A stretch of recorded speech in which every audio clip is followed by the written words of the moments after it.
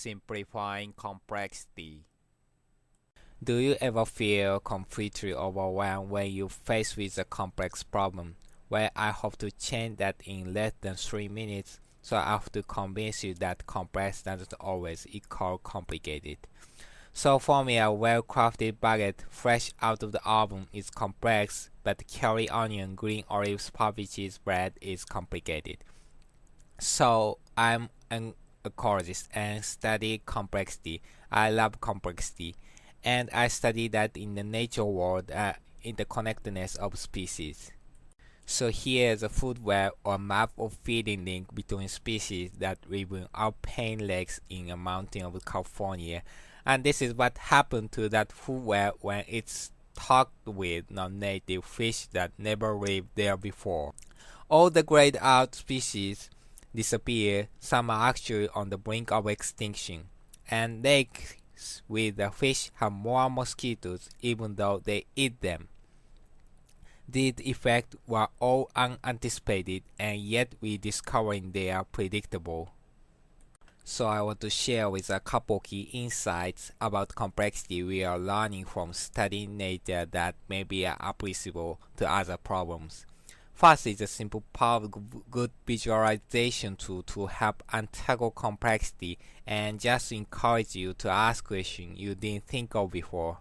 For example, you could plot the flow of carbon through corporate supply chains in a corporate ecosystem, or the interconnections or habitat patches for endangered species in Yosemite National Park.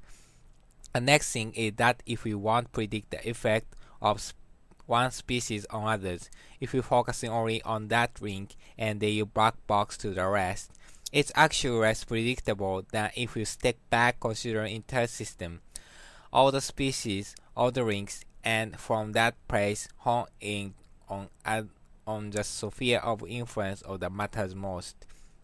And we are discovering with our research that often very local to the node, you care about within 1 or 2 degrees, so that more you step back in best complexity, the better chance you have of finding simple answers, and it's often different the first simple answer that you started with. So let's switch gears and look at a really complex problem, county of the US government. This is diagram of US counterinsurgency strategy in Afghanistan. It was front page of New York Times a couple months ago, instantly ridiculed by the media for being so crazy complicated. And the stated goal was to increase popular support for the Afghan government. Clearly complex problem, but is it complicated? Well, when I saw this is in front of page of the Times, I thought, great, finally something I can relate to. I can sink my teeth into this. So let's do it. So here we go for the first time ever, a world premiere view of this spaghetti diagram as an ordered network. The cycle node is 1.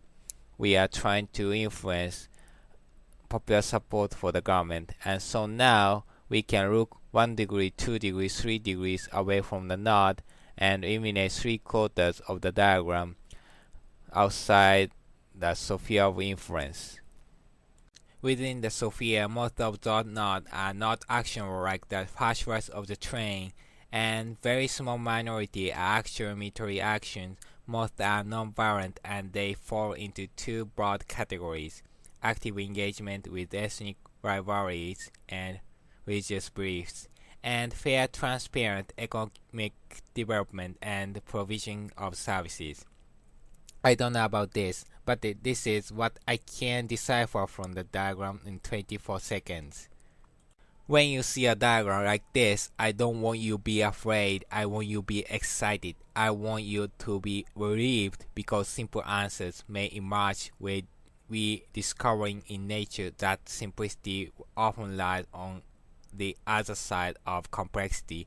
So for any problem, the more you can zoom out and embrace complexity, the better chance you have of zooming in on the simple detail that matter most. Thank you.